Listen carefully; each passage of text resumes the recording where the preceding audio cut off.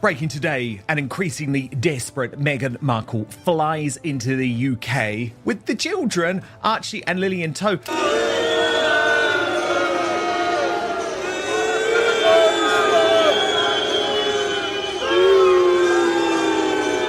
King Charles has officially met Meghan, Harry, Archie and Lily at Highgrove House, his Gloucestershire country residence. Growing fears of a constitutional crisis if King Charles goes ahead with a meeting with Prince Harry and Meghan Markle this weekend. King Charles decided to announce to the world that he had hosted Prince Harry, Meghan Markle, and unverified children. Meghan Markle, Prince Archie, and Princess Lilibet are reuniting with King Charles right now in the UK! They called it private.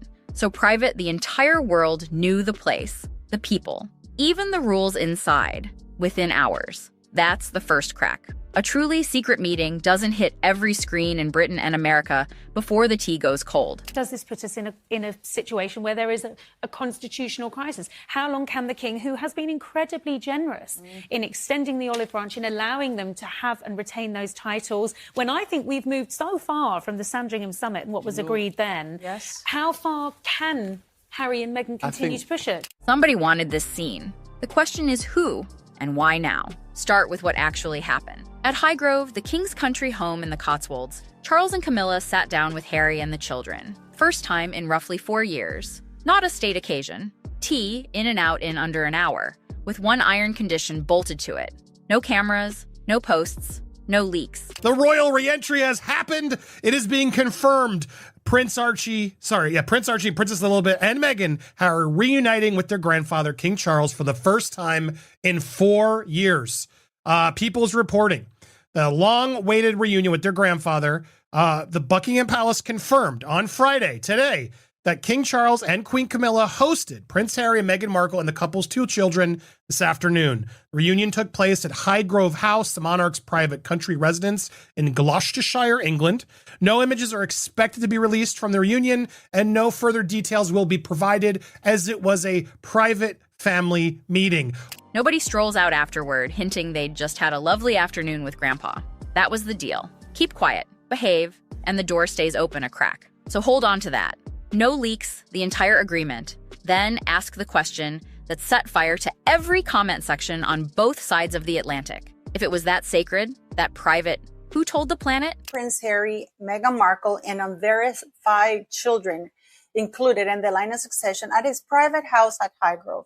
There's quite a few issues with that statement, given the logistics of it all. Here, I will show you the email that Meghan Markle's camp allegedly sent to a magazine in the United States, offering the historic pictures between Meghan Markle, the king, and the kids, and Harry. It broke as a global headline almost instantly. Somebody talked, and the moment you notice that, the tender, private family reunion story falls apart in your hands. To millions watching, this wasn't a grandfather quietly seeing his grandkids. It was a win. 2 people who spent years swinging at the monarchy, walking back through those gates like none of it ever happened, and welcomed for it. So this is interesting because it's like, clearly, was that part of the deal where the king's like, okay, we're going to let it out know that you were here. You were here, but we're going to make it clear it was private. There are no images and no more to come from it. And therefore, if anything else comes from it, they'll be able to point it to Harry, is how this sort of feels like. People understands Meghan and the children flew in from their vacation in Europe for their reunion. It marked the first in-person meeting for Prince Archie and Prince Lilibet, their grandfather, in 4 years. Archie and Lily are being raised in Montecito, as we know, blah, blah, blah, blah, blah. They haven't been in any events. That's when the mood turned. Not sympathy. Something much closer to a crowd turning on someone. The eye rolls, the fury, the sense they'd pulled it off yet again, while everyone else was simply expected to accept it and move on. The king is hoping to avoid. I'm sorry, any parent knows that even when they are disgusted by their child, if they have loved that child, the love doesn't disappear. But I certainly agree with you that, and I suspect that I'm not the only person who agrees with you, that if this latest foot in the door ends up with Harry slamming the door on his father's foot. Here's what turned disappointment white hot. Look at when this landed. Days. Just days after Harry walked out of court having lost, and lost badly. The big one, his case against the publisher of the Daily Mail, the fight he'd chased for years. Certain he was the man who'd finally bring the press to heel. He didn't win the counts that mattered. The judgment ran to hundreds of pages. And in Britain, the loser pays. Costs reported well north of $50 million. This lawsuit was Harry fighting with the Daily Mail publishers as sort of the evasion of privacy. They hacked my phone, right? This was all that sort of all these complaints. And it wasn't just Harry. That's important to also notice, right? Elton John, Liz Hurley, a lot of people were seeking damages against these Associated Newspapers Limited to sort of win this big case. And I remember the judge warning all of them, saying, if any of you lose, you all lose, was sort of something that had been said pretty early on. And also warning this could be very costly if you lose because you got to pay everybody's lawyers, et cetera, et cetera. So now it's come that all claims have been dismissed. He didn't take it quietly. He came out swinging, effectively branding the court a whitewash, going after the king's own judiciary. Then, a handful of days later, his father pours him a cup of tea. Let that land. Charles is the man in whose name those courts operate. His son savages them in public, and the king's answer is to roll out the welcome mat. And it went deeper than mood. The things that Harry is doing, which is a direct influence or, on the monarchy because the king is still kind of supporting Harry. I think it's just not good. You have seen what they have done in the past. Learn from that. They have already put a lot of things out there that don't look good for the monarchy in terms of the allegations that Harry is trying to walk back now. Serious voices started asking a constitutional question. If Harry can attack the courts and still be welcomed, how does he stay a counselor of state? Someone who can literally stand in for the monarch and sign off on official business. How does he stay on the royal website? How does he stay in the line of succession at all? That's not gossip. That's the ground beneath the throne shifting. And people noticed. You have to distance yourself from Harry because nothing good is going to come from that. I mean, any leeway you give to Harry is going to pass over to Meghan. And then we know she has a vendetta. We know that she has reasons to not want to align the way the royals want them to align because she wants to have her say. So that's just never going to be good. You're just asking for trouble. And I think it could be a direct reflection to, the monarchy when there is still this couple trying to dictate things for their own careers, their own futures. Then came the line, the one that appeared more than any other, thousands upon thousands of times, top of every comment section, like a drumbeat. What about Thomas Markle? Picture it.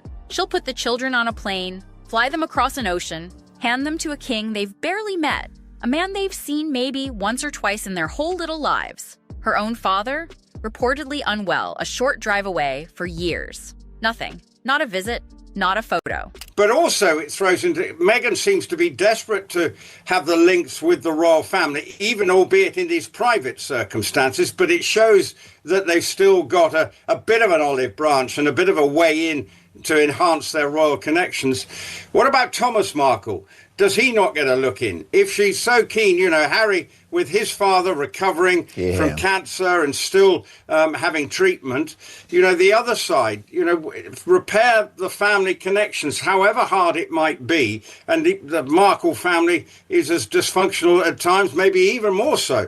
One grandfather has a throne and a fortune. The other has no money, no crown, nothing a brand could use. Look which one gets the grandchildren. And here's the detail that sharpened the knife. This is the woman who once said she'd need a public apology before she'd go near this family again. The family she accused of the very worst thing. She reportedly walked in without one. None asked, none given. It is. At the heart of it, it's grandparents meets and reunited with his grandchildren. That's the initial thing that you have to look at, the human element of it. But of course, and we've discussed it, it's been a never-ending soap opera to get to this stage. Will Meghan come over? Where were they staying? All that Will she appear at any of the events that he was scheduled to go to? And then, of course, the court case, which went so horribly wrong for Harry, has added to the, and Meghan, as a result, probably deciding to keep a back seat on all things, including yesterday. People clocked it instantly, right down to the mockery. Did she do her dramatic curtsy on the way in? Because everyone watching has a parent or was one, and everyone knows what it means to be the one left on the wrong side of the door. For years, the entire drama rested on one claim: Britain simply wasn't safe, that Harry couldn't bring his family onto British soil without a wall of armed protection. That was the hill, worth the court battle, the headlines, the endless noise. As well, there's also the reality this week that by coming into the country and by bringing Meghan and the children in, potentially, if we actually believe it, you know, because we can't trust a thing they say, P. Dinah. We've got to wait until we see it with our own eyes. But there is the argument, which is even being made by the mainstream media, by the way, because I'm going to show you Kate Mansi and Roy Anika of the Times and the Sunday Times, respectively, that by doing that, Harry has just completely undermined the argument that he has spent months making, that the country is too unsafe for his family. Then, Meghan and the children reportedly arrive, move around, and nothing happens. No incident, no disaster. So people did the arithmetic. If it was too dangerous to set foot here, how did they just do exactly that? Apparently without the armed guard he swore was non-negotiable. Either the threat was real and this was reckless, or it was never what we'd been sold. You can't have it both ways. And they say, well, there's no cause for armed security. And you say, well, yes, there is. How will that be any different from a risk management board? And if we see Meghan and the children arrive in the next few days here, and he doesn't have the extra security, which we know he doesn't, which he's asked for, does that undermine the argument a little bit? If she comes and brings the children and they're able to move around and she goes to an engagement with him, let's see, we don't know that's going to happen. Let's say there's a possibility that they may meet with the king. We don't know, but it might still happen. If they come here and if it goes off without a hitch, presumably that undermines his argument about the need for extra security. He sort of painted himself into a corner a little bit because he either accepts that position now or he sticks his heels in and says, right, they can never come. Plenty didn't stop at raised eyebrows. They reached for harder words. Red herring, hypocrisy, perjury. To them, the security argument didn't weaken. It detonated, live, the instant her feet touched the ground. And notice where it happened. A corner of the country, thick with royal households and quiet protection already in place. The idea that this was the one dangerous spot in Britain never held up. They've been vacationing with their children in Europe, and Harry's been making this whole stink. Will he come back? Will he not come back? Will he come back? Will Meghan come back? Is there enough security? Wah, wah, wah. Well, this is also the countdown to 1 year to the Invictus Games, which everybody's lost track of. Nobody's talking about that. They're all talking about Harry's big loss in the UK, as well as the fact that he's not actually bringing the family. So this is a slight win they needed badly, and I'm kind of shocked that the king ultimately did do it. Maybe this was all just a redirect. He was tricking everybody so nobody would know where he was going to be when with the family, so he could get with it more carefully. I mean, maybe? But if it wasn't really about seeing Grandpa, and a lot of people are convinced it wasn't, why bring the children at all? This is where one claim stops people cold. The theory: the kids weren't brought for tea. They were brought to film. This year marks 30 years since Diana's death, and there's a documentary in the works, which means footage. Footage at Althorpe, the Spencer estate where Diana rests. I feel that Harry wants that, but I think he's being pulled back from that because of Meghan. She doesn't want to align with the royals anymore. And so Harry is doing what he has to do. I believe his obligation to trying to get this footage for the Diana documentary, but I also believe that Harry wants his children to have a life that includes what Harry knows and what is close to him and how he was brought up.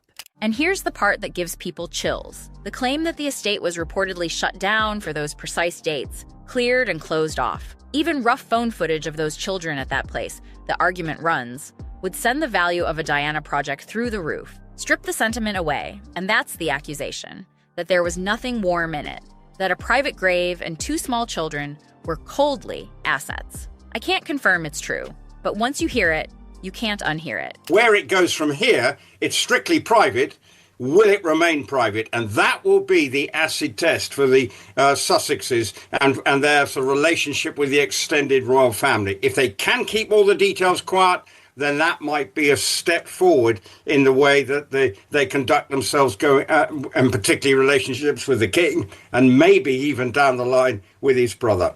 Well, as always, Rupert, you have reached to the heart of the matter. This will be a private moment from the firm's point of view, but it might not be so private for Meghan and Harry. You just have to worry that this could be more material for another Netflix documentary or a future book. Every family reunion headline suddenly reads differently. And that's the thing about this saga.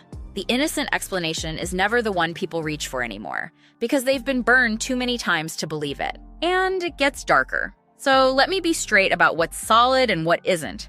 There's a claim tearing across the internet that this private meeting was never meant to stay private, that underneath everything, it was a product being sold. The timing of the announcement is also very important for us to take a look at. There's lots of false reports by very well-known YouTubers claiming that Meghan Markle somehow managed to struggle and get communications to Charles on Thursday because Harry was frail mentally. Harry has not been frail mentally. This has all been a hoax by the mainstream media, by the palace, who have been holding us like idiot puppets. I told you, Meghan Markle landed in the United Kingdom, not yesterday, Friday, the Friday previous. The allegation, an email chain, photographs of the king, of the children, quietly shopped to a magazine in the United States. The price, $4 million. Clean, as the alleged message reportedly put it. Straight into the pocket. No tax. Stop. That is an allegation. Not independently confirmed. No verified proof in front of us tonight, and you should hold it as exactly that.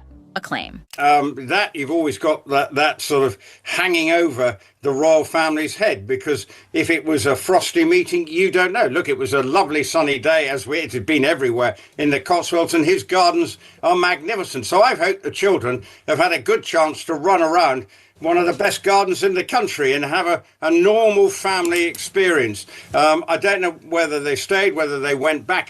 The feeling is they may be staying at Althorp, but I'm speculating there. But also it throws into, Meghan seems to be desperate to have the links with the royal family, even albeit in these private circumstances. But it shows that they've still got a bit of an olive branch and a bit of a way in to enhance their royal connections. But I'm telling you because of how fast it spread and why. It fits. It slots into what people already suspected, that the outrage, the denials, the theatrical, how dare you, might be the show, while the real deal happens quietly in the background. So when the audience heard they secretly sold the photos, most didn't gasp. They nodded. That sounds about right. You can tell because she kept herself quiet for many days on social media. That's when she was in the United Kingdom. I will tell you where she was, and I will show you the receipts. What's interesting here is whether King Charles is doing this on purpose because his hatred towards William and his beautiful wife is stronger than his dislike for Harry, because the parallels are quite uncomfortable. The Mexican YouTubers are out in full force thinking that this is okay. Of course it's okay. No, there's nothing about it that is okay. Nothing. Yes, people are saying, well, he has cancer. So what? And when a claim that's serious gets believed instantly, that's not about one email. That's years of trust gone. A reputation so far underwater that the worst version is just the assumed version now. So what is Charles actually doing? Even people who agree on everything else split three ways. Camp 1 is finished with him. Weak, spineless, blackmailed. A father who put his feelings above his country. Abdicate, step aside, hand it to William now. He can't really do it the way he wants to do it because of what Meghan is doing, because I believe they're arguing behind the scenes. They don't want the same things. And this is why when we hear about the security and everything, it makes no sense, because it's a lie, Dan. It's a complete lie. It is Meghan making these problems for Harry, and he looks like the idiot because we know there's no security threat. There's no problem. But I do believe Harry wants his children to have some connection with his father. I believe that. before there's nothing left to hand over. Camp 2 reads it colder. A chess move. Don't brawl with these two forever. Neutralize them. Pull them close enough that they finally have something to lose. No rescue, no bailout, just enough rope, and a quiet reminder the rope can be yanked back. In that version, the T wasn't surrender. It was a leash. And Camp 3 goes spikier still, and I'll flag it plainly as a theory that none of this is love, it's spite. FYI, he still has, or he's still endorsing Harry and Meghan Markle's commercial website on the British monarchy's website, because Sussex.com is a commercial website. And in the email that I will show you, is this a way for Charles to kind of help Harry and Meghan Markle financially so they can sell these pictures, look outraged and betrayed, but at the same time, giving them money? We all know that Catherine has her Christmas Carol concerts every year. Well, now Charles has raised a competing Christmas concert carols. Why? Why not join forces with your daughter-in-law? That Charles resents William's popularity the way he once resented Diana's. And keeping Harry in play keeps the chaos going and keeps himself center stage. No proof, but it's loud, it's out there, and it's feeding the fire. Running underneath all of it is a claim harder to laugh off, that Harry himself is unraveling. PR watchers started using a heavy word, breakdown. In plain sight, the erratic swings, a leaked, "I'm coming with my family, how exciting." Then, days later, "We're not coming, there's no security." The suing of anyone who writes something he dislikes, described by critics as a kind of paranoia. Paul, it's yet another instance of Harry playing the fake victim. He's been railing about this case for years now. He thinks of himself as some sort of an avenger of, speech issues where he's going to punish the ones who tell lies or use surreptitious means in journalism to obtain facts about public figures, poor, embattled public figures like Harry and Meghan, and really thought he'd be truth to power. I'm going to sue. That's all they ever do. These two sue every journalist, it seems, who writes something negative about them. We're constantly reading about their latest lawsuit. And this one, he was completely wrong. And the callback people keep reaching for is the New York car chase. Anyone who's set foot in that city knows you can't chase anyone 2 blocks without hitting a red light. The claim that it got dressed up as a swarm of paparazzi, when critics say it was closer to one man on a scooter. The sharper voices go further. The real tribute to Diana wouldn't be suing the press. It'd be backing a cause that actually matches how she died. That would make sense. And making sense is the one thing this saga refuses to do. That is the absolute solution. Take them off the line of the website. But I think really this is something that would actually be held in reserve for should there be a divorce. I don't think it's going to happen before. That's just my personal take on matters. I could be wrong. Ms. Sparkles and Glitter says, the white pill revelation from Charlotte Griffiths really hit home for me. I'm not a huge fan of her, but I 100% believe her story. And here's the bigger picture people keep circling back to. Some believe Harry never wanted to leave the throne behind at all, that he coveted the top job from the time he was a boy, that when he couldn't have it, he did the next best thing. He went to America and built a rival court, his own operation, his own spotlight, chasing the kind of global standing William and Catherine already had, and would always keep. That was the dream. Become as big as them, maybe bigger. And it just didn't work. The deals cooled, the court losses piled up, the money drained. This could end up resulting in a constitutional crisis, and that is one of the reasons why Prince William and Queen Camilla have been so keen to tell King Charles, just stay away. Absolutely. And I think part of the reason is, once again, Meghan and Harry are not at agreement with each other. And so she is still influencing the things that Harry is doing, which is a direct influence or on the monarchy because the king is still kind of supporting Harry. And the argument now is that this Highgrove tea is what a collapsed rival court looks like when it comes crawling back to the well. Not reconciliation, but a business that ran out of road, returning to the only name that ever gave it value. And follow the money on that court disaster, because it's ugly. Harry didn't stand alone. There were other claimants and a row of lawyers. An extraordinary courtroom verdict. Prince Harry has lost his £50 million case against the Daily Mail. But today, as he arrives for a speech at Chatham House, the moment this devastating verdict is announced, I can tell you, he has also lost his reputation. This man lied in court. He committed perjury. And he can sue me if he wants. King Charles must now strip his titles. This case, this verdict was make or break for the Duke of Delusion, and it is over. There's a rumor he tried to settle at the 11th hour, and the Mail simply refused, happy to stare him down. But settling isn't free. To walk away, you'd swallow a huge share of the other side's costs. Add the barrister's fees, the argument being that the timing of any settlement decided who got paid and who didn't. A machine built for a giant payout, with plenty of people around it who did just fine even as the claimants went down in flames. It started as a plan to win big and destroy a newspaper. It ended with the newspaper still standing, and a £50 million hole. But the allegations were serious. They alleged dishonesty, unlawful conduct, deliberately false evidence. The more serious and less likely allegation is, the more convincing of the evidence.